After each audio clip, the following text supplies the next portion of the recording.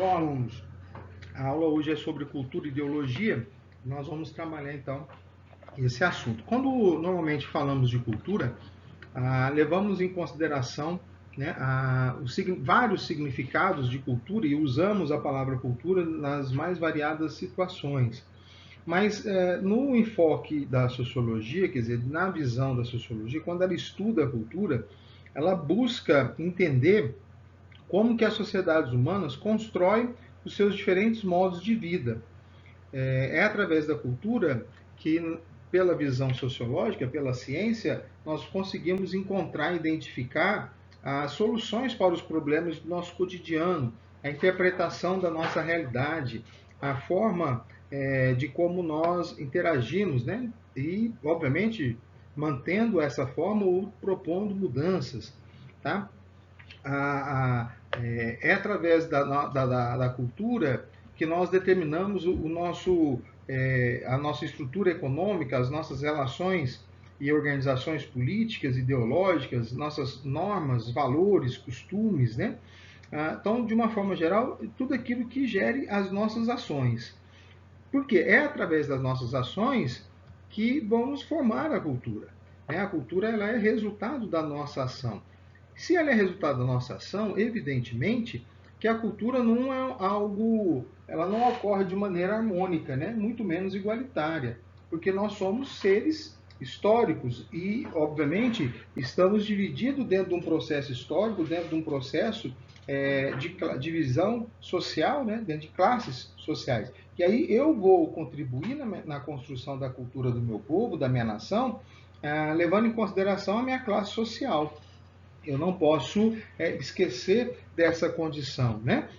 Não podemos dizer, por exemplo, que a cultura indígena, ao formar a cultura do povo brasileiro, ela tem a mesma intensificação ou tem a mesma intensidade do que a cultura portuguesa, do que a cultura italiana. A cultura negra também, ela é muito importante, ela é a grande base da nossa cultura, mas ela ao mesmo tempo, ela também ela está de uma forma deixada, né, relegada a um segundo plano. Né? O papel das mulheres, o papel dos jovens, o papel das comunidades ribeirinhas, o papel das comunidades carentes. Né? Então, cada cidadão constrói a sociedade dentro de um conceito, dentro de uma condição própria, né, específica. Quando a gente percebe a cultura dentro dessa perspectiva, de um processo de construção do cotidiano, é preciso pensar também a realidade, né? Então vamos pensar aqui a realidade do estudante, né? Os conhecimentos, as normas, os valores e as ações pedagógicas que existem nos espaços escolar são produzidos num contexto histórico específico por grupos que têm interesse em sua formação, em nossa formação. Então não somos nós que nós construímos, mas há o interesse. Aí demonstra a questão da gente não ser uma coisa harmoniosa, não ser uma coisa igualitária. Né? Então o espaço escolar, como o espaço do trabalho, como os vários espaços da sociedade, ela tem lá a sua cultura específica, porque nela também vai se desenvolver os interesses, né? Então, assim, não é uma relação cultural harmoniosa, né? Igualitária. Quando a gente está nas escolas, nos ambientes escolares, não pensa muito bem, não se leva em consideração aquilo que o aluno traz para a escola, a experiência de vida, a realidade social, né? Não pensa muito no que o aluno pode ou possa oferecer dentro das suas experiências, simplesmente trabalha o aluno uma forma dele desenvolver o pensamento, né? O pensamento que da classe dominante, né? De interesses para a classe dominante. Né? Não adianta o aluno ele precisa ter uma significância nesse processo. E aí a cultura, muitas vezes, não leva em consideração essa significância, né? Leva em consideração os interesses, né, das classes dominantes, que aí, numa sociedade capitalista, do grande capital e assim por diante. Tá? Então nós vamos estudar, nesse primeiro momento, na cultura e ideologia, algumas características que levam para a gente entender um pouquinho esse conceito de cultura e como que ela está inserida no nosso dia a dia nesse contexto, às vezes, de dominação, né? Às vezes de controle, né? Para desenvolver e a perpetuar uma determinada sociedade. Tá ok?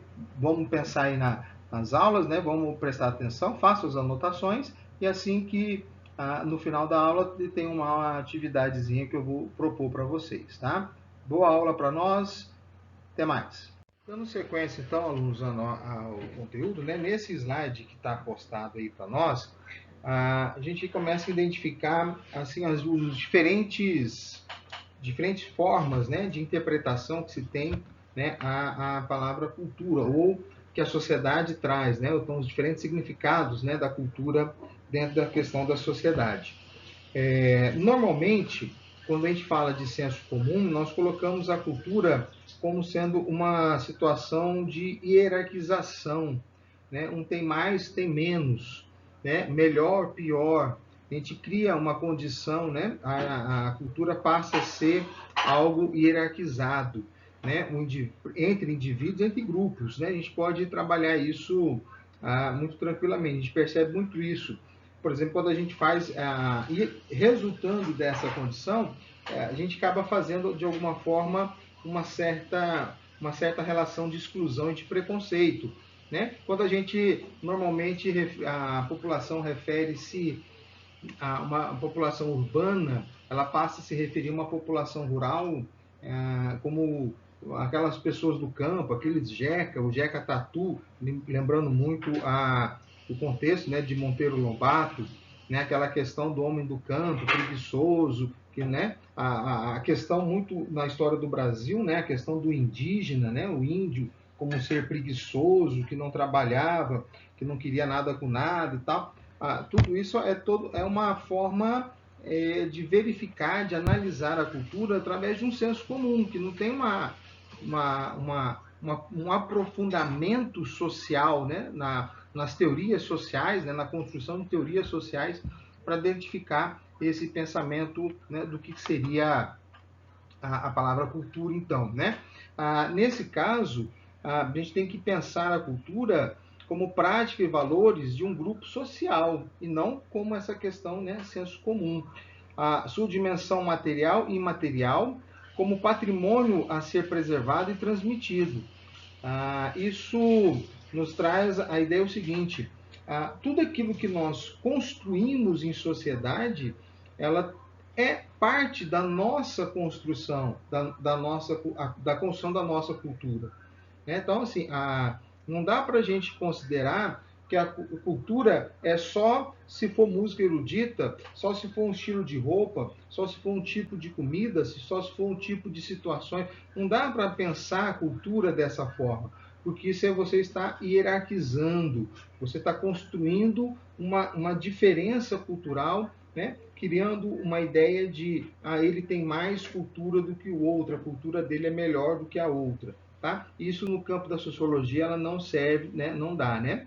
Então, se a gente trabalhar a cultura dentro dessas expressões como uma situação de cultura dentro da questão sociológica, a ideia da cultura ela permite compreender os conflitos, né, que existem entre as pessoas, entre as classes, os grupos, na construção de uma crítica à dominação cultural que historicamente destruiu diversas sociedades e grupos, né? Por exemplo, a destruição das comunidades indígenas, né? Que é o nosso exemplo, uma carga que nós temos muito forte, né, de destruição aí, que é a comunidade indígena do Brasil. Então, dentro do que nós já tínhamos falado no slide anterior, olhando para esse slide, a gente vai trabalhar, nós percebemos o seguinte, que a palavra cultura dentro do campo da sociologia, ela extrapola, né, somente essa questão de refinamento, né, de educação, que resulta, né, numa situação que possa resultar numa condição de preconceito. Então, dentro do campo da sociologia, nós entendemos a cultura como um conjunto de práticas, saberes, valores e normas, tá? Que vão determinar a construção de uma sociedade e dos grupos, né, humanos que formam essa sociedade, que vão desenvolver essa condição. Tá? Dentro dessa condição, dentro desse pensamento de cultura não ser algo para ser comparado, mas algo para ser analisado e levando em consideração as características daquele grupo social, daquela sociedade, daquele povo, não dá para fazer comparações, né? Então, dentro dessa perspectiva, a gente não compara. Se não é hierarquia, né, não é uma hierarquização, não tem como a gente fazer comparações. E aí, toda a cultura ela é importante porque ela responde às necessidades do povo, né, que aquele povo precisa naquele momento, naquela região, naquela circunstância, naquela situação, né, naquele processo histórico. Então, não dá para dizer, por exemplo, qual cultura é melhor. É a cultura japonesa ou a cultura indígena? Depende. Né? Vai depender onde é que eles estão. Se você estiver falando da cultura no Japão, evidentemente que a cultura japonesa responde melhor os problemas e as soluções e as necessidades do povo japonês.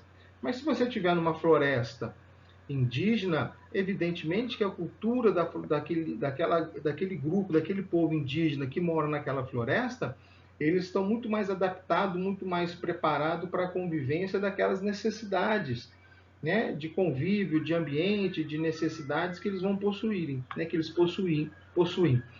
Tá? Então, as suas necessidades estão respondidas pela cultura daquele povo. E não dá para a gente comparar então, a cultura indígena com a cultura japonesa. Não dá para fazer esse tipo de comparação. Quando você tenta fazer essa comparação, você está trabalhando ou pelo senso comum, que é uma forma mais equivocada, né? Porque no senso comum a gente passa a levar, então, algumas características de preconceitos, né? Que é o que a gente precisa evitar e muito na nossa sociedade, principalmente quando a gente começa a estudar agora algumas situações ligadas à cultura. Alunos e alunas, evidentemente, quando nós estamos trabalhando sobre a questão da cultura e entramos no campo do conceito antropológico, né, de cultura, quer dizer, a antropologia é a ciência que mais, com certeza, buscou entender, né, e quantificar, e estudar e analisar essa relação cultural, nós vamos perceber que esse tipo de busca, né, de conhecimento pela antropologia, ela surge lá desde o século XVI com as grandes navegações, né, onde os europeus começaram a ter contato com vários povos, né, seja na América, na África, na Europa, né, na Ásia. Então, esses europeus entraram em contato com esses vários povos, com várias formas de organização social, de cultura, né, de hábitos, costumes, valores, e isso tudo, obviamente, faz com que os europeus, inevitavelmente, façam as comparações. E aí entramos numa situação problemática. Quando fazemos comparações de cultura, caímos numa vala, né, de cometer o erro, né, de hierarquizar. E os europeus, nós temos que lembrar também que a cultura são ações do ser humano, né? São construções dos seres humanos. Então, e o ser humano está inserido num contexto histórico, social. E aí você tem que identificar essa condição.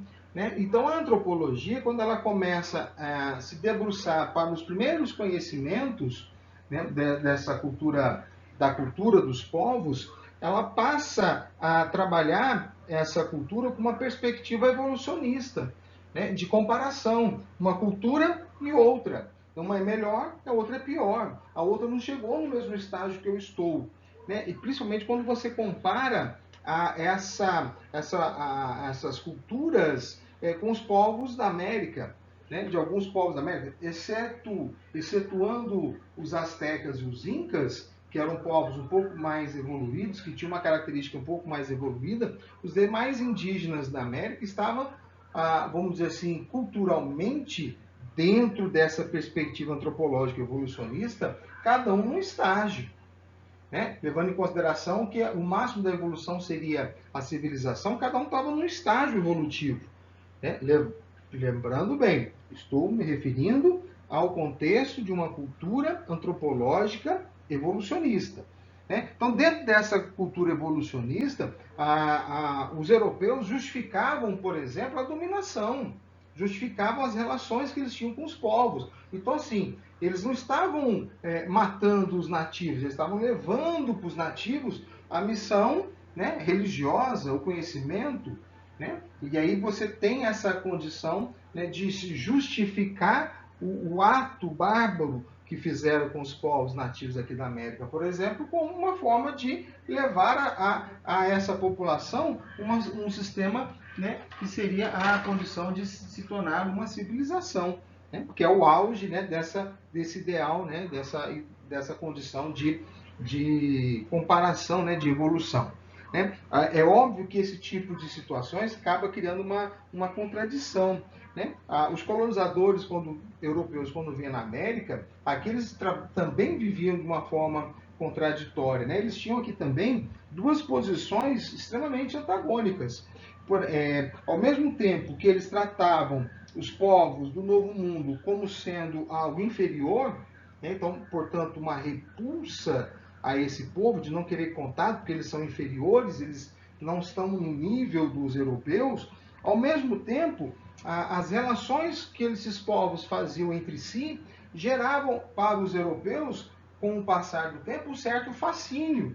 O convívio deles aqui na América começou a levar para esses europeus o fascínio de como que eles conseguiam sobreviver, como que eles viviam na sua condição mais natural, na condição mais ingênua, vamos dizer assim, né? mais contextual do que seria aí a condição do paraíso. Né? Por isso que a América também era chamada de a conquista do paraíso. Né? A chegada na América era a conquista do paraíso. Mas esse tipo de cultura chamada cultura evolucionista, ou o pensamento antropológico, a análise antropológica em cima dessas relações dos povos, né, a relação cultural desses povos, é a chamada antropologia evolucionista, passa a ser criticada por duas situações. Porque dentro do processo antropológico, nós vamos criar uma questão seguinte: uma comparação está ligada ao plano acadêmico, né? Porque você passa a acreditar que a cultura ela só serve se ela estiver relacionada ao campo acadêmico e, portanto, ela é uma escala, né? Ela tem um caminho linear, todos vão passar por esse caminho, né? Então eles estão em momentos diferentes, é como se fosse uma estrada e cada um está numa distância, né? Num ponto final que seria a civilização. Então cada um está mais próximo ou mais distante. Então, esse é um plano acadêmico, onde você faz essas críticas. Tá? E uma outra é no campo político, né? Que criticava essa ideia de que a colonização dos povos elas deveriam acontecer porque eles não tinham uma organização já pré-definida, porque eles não estavam preparados, eles não tinham uma civilização, eles não tinham uma situação de povo. Né? Então, isso tudo poderia levar, possibilitar essa formação aí. Né? Evidentemente que isso, com o tempo, vai sendo modificada essa cultura, né, do chamado antropologia evolucionista, né, vai se desenvolver. Ela volta muito no século XIX também, a partir do momento que há uma necessidade da Europa de reconquistar a África, de ter o redomínio, né, a dominação da África, por causa principalmente da Revolução Industrial e a necessidade de novos mercados, fornecimento de matérias-primas. E para justificar o domínio do europeu sobre o africano, volta também essa ideia da chamada antropologia evolucionista, né? Que os europeus estariam então indo para a África, não para explorar a África, mas para levar ao povo africano a bondade da chamada missão civilizatória, transformar aquele povo africano. Eles não tinham capacidade de evoluir, então os europeus tinham que ir lá se sacrificar e levar a essa civilização, essa evolução cultural. Então, alunos, dentro dessa questão de pensamento, né, dentro dessa ideia do desenvolvimento do conhecimento da cultura, né, através da corrente antropológica, com o passar do tempo, não era mais aceito essa ideia, né, da escola evolucionista, né, dessa ideia da sociedade, uma construção de evolução, e principalmente no contexto, né, que vai sendo formado, nos estudos, aprofundamento, novos conhecimentos. Então, o que vai acontecer? Vai surgir dentro do próprio pensamento antropológico uma nova visão, uma nova forma, né, que vai modificando esse pensamento que é feito até então, que é o chamado relativismo cultural, né? Então, a antropologia ela passa então agora a defender a ideia da diversidade cultural. Então, assim, para contrapor ao evolucionismo que dominava o pensamento social, político, né, desde lá do século XVI, mas principalmente no século XIX, vai surgir diferentes correntes de teoria social que tem como forma a análise através da chamada diversidade cultural, levando em consideração a diversidade cultural. Aí, nesse campo, nós temos o chamado difusionismo cultural, nós temos o culturalismo, nós temos o funcionalismo, teremos o estruturalismo e a antropologia interpretativa. Então, nós temos essas correntes de pensamento que, de uma forma ou de outra, vão determinar aí uma nova forma de pensar a cultura dentro do campo da antropologia, dentro do campo de estudo da antropologia, né, que é, como já falei, certamente a área da ciência que mais vai se debruçar sobre o conhecimento de cultura. Alunos, nós vamos ter também a chamada o etnocentrismo. O que é isso? Quando a antropologia ela vai se desenvolvendo, percebeu-se também que ao longo desse processo, né, de estudar a cultura, de entender a cultura, vai acontecer também uma situação que é a rejeição, né? O contato vai acabar gerando essa rejeição e cada um vai defender a sua cultura, né? Cada povo vai defender a sua cultura. É como se a gente fosse defender os nossos pontos de vista, né? As nossas opiniões. Então, assim, o etnocentrismo ela passa a ter uma visão de mundo em que considera a sua cultura ou a cultura do seu grupo mais importante do que os dos demais. É a defesa do seu próprio ponto de vista, né? Produz, então, uma avaliação arbitrária do outro. Normalmente, essa forma de agir, né, de forma arbitrária com o outro, você passa a desenvolver critérios próprios da cultura, né, que é julgar o outro como atrasado, sem sentido, práticas e valores culturais do outro como inferiores, né, a questão da inferioridade novamente, né, de não aceitação à chamada, vamos dizer, fica muito evidenciado na chamada intolerância, né, com os outros povos, tá? O contato, então, entre os povos de diferentes práticas culturais vão acabar despertando, então, estranheza, né, desconfiança, até mesmo rejeição, né? Então, assim, esse contato com o outro e que passa a criticar e passa a fazer você também a refletir sobre a sua ação, sobre o seu modo de pensar, faz com que a pessoa crie uma certa resistência, né? Fala, não, eu vou pensar dessa forma. Nós temos muito isso hoje, né? Que é o pensamento etnocêntrico, né? Assim, não, eu estou certo e você está errado. Eu sei, você não sabe. Eu tenho a verdade e você não tem, né? E mesmo que a sua verdade ela não esteja embasada, mas você considera que a sua verdade é melhor que a verdade do outro, né? Então isso é uma forma da gente pensar dentro do conceito etnocêntrico, né? Dentro do pensamento etnocêntrico. Isso, então, retrata bastante, né, essa nova tendência do ser humano, né, da humanidade, de tentar se reafirmar. Nós temos que sempre lembrarmos que a cultura ela é resultado das ações sociais. Então, os grupos têm interesses, né? É evidente que quando o grupo tem interesse, isso obviamente fica... né, nós vamos ter essa condição de aceitação ou não aceitação, né, as mudanças, as transformações, né? Então, essas consequências, né, que nós temos dessa rejeição, dessa estranheza, dessa desconfiança, na grande maioria das vezes, ela passa a ser bastante devastadora, né? Principalmente se aquela sociedade que está sendo alvo dessa estranheza, alvo dessa, vamos dizer assim, condição aí de rejeição, de desconfiança, ela for militarmente, por exemplo, mais frágil. Então, outro povo invade. Olha o que os europeus fizeram na África. Olha, por exemplo, mais recentemente, que os Estados Unidos fizeram lá no Iraque, no Afeganistão, né, em nome de uma luta contra o mal, uma luta, né, ampliando ainda mais o problema, né, criando que eles são os grandes, né, donos do mundo.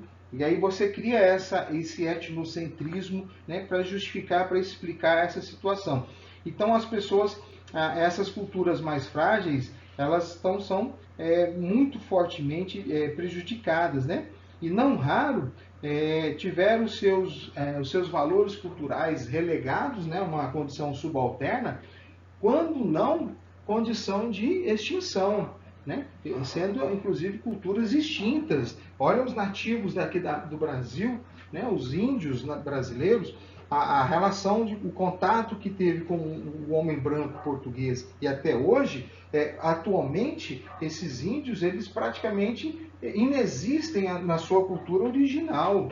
Há um grande processo aí de tentar resgatar a cultura indígena nesse sentido, mas a coisa não parece-me que ainda não está muito bem construída, né? Apesar de toda uma situação, o índio, o nativo, ele desaprendeu a sua cultura original, a sua cultura mãe, né? Isso é uma situação bastante complicada, né? Complicadora. Bom, essas atitudes preconceituosas e discriminatórias, elas vão aparecer também dentro da própria sociedade. Não só entre sociedades diferentes, mas dentro da própria sociedade. Por exemplo, no chamado machismo, né, na homofobia, na xenofobia, né, nesses outros eventos que você passa então a ter o processo, o princípio discriminatório, né, muito, e preconceituoso. Tá? Mas para contrapor esse pensamento, né, esse olhar etnocêntrico, né, que nega a diversidade cultural, que gera o preconceito, que gera a discriminação, esse preconceito ocorre nas mais variadas formas, inclusive dentro da própria sociedade. Nós temos aí uma situação que é o chamado relativismo cultural. Né? O relativismo cultural, que já é o próximo slide que nós vamos analisar agora em seguida.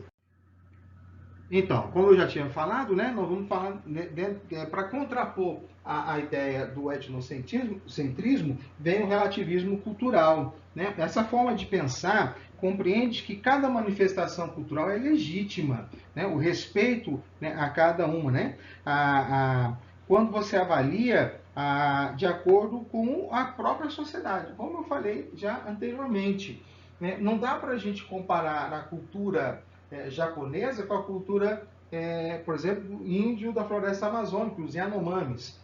Né? Por quê? Se você pegar um japonês e soltar no meio da floresta amazônica, ele vai precisar da cultura dos Yanomamis para sobreviver, e não da cultura japonesa. Né? Não vai ter acesso, o que ele sabe da cultura, dos hábitos milenares da cultura japonesa, dentro de uma floresta amazônica, sem acesso a nada, sem condição da modernidade que ele está acostumado, ele não sabe, ele não consegue sobreviver, não sabe nem para que lado que vai, ele fica só andando em volta, dando de volta dentro da própria floresta, né, rodando, né, caminhando em volta, né, em círculo dentro da floresta. A mesma coisa se eu pegar um índio que está totalmente adaptado à vida da floresta, simples de uma floresta, ou dentro desse conceito de não modernidade tecnológica, e jogar no meio da floresta, no meio da cidade de Tóquio, é muito capaz que ele vai ser atropelado por uma bicicleta, porque ele não vai saber nem como fazer, como caminhar para poder atravessar uma rua, sair, nem vai saber como é que ele vai, para onde que ele tem vontade de ir. Então, assim, o relativismo cultural, ele trabalha muito em cima dessa questão, de você compreender que cada manifestação cultural é legítima, né? E, portanto, a diversidade cultural ela passa a ser vista como algo positivo e não como algo a ser negado, algo para ser rejeitado, algo para ser preconceituoso, né? Ou para ser discriminado. Né? Então, isso passa a entender melhor as condições, né, das relações sociais. Então, ela passa a ser bem aceita, né, bem vista, né, nesse sentido. Bom, e aí, obviamente, que ao fazer essa análise, né, positiva, a prática relativista ela passa então compreender como portadora de fundamentos do direito de se expressar mais amplamente e de existir, né? Bom, se enquanto o etnocentrismo trabalha a ideia da intolerância, o relativismo cultural já trabalha com a ideia da tolerância, da aceitação e considerar que tudo que é da diversidade cultural, as diferenças, elas servem para fazer com que nós consigamos evoluir, consigamos melhorar a nossa situação, né, as nossas condições aí, e evoluirmos, né, enquanto ser, enquanto sociedade.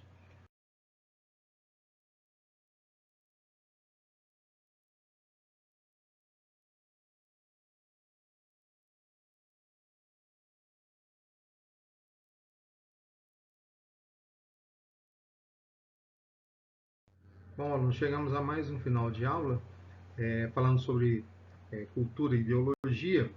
É só uma introdução, né? A primeira parte, que é a cultura. Mas nessa final de aula eu gostaria de deixar para vocês já um material de pesquisa, por favor, que eu quero que vocês pesquisem quais são os principais pensadores de cada corrente antropológica, né? Do difusionismo cultural, culturalismo, funcionalismo, estruturalismo e antropologia interpretativa. No slide eu passei alguns conceitos, né? Tem algumas definições. Eu gostaria que vocês copiassem essas definições e junto com elas colocassem também quais são os principais pensadores. Tá bom? Um abraço, até a próxima.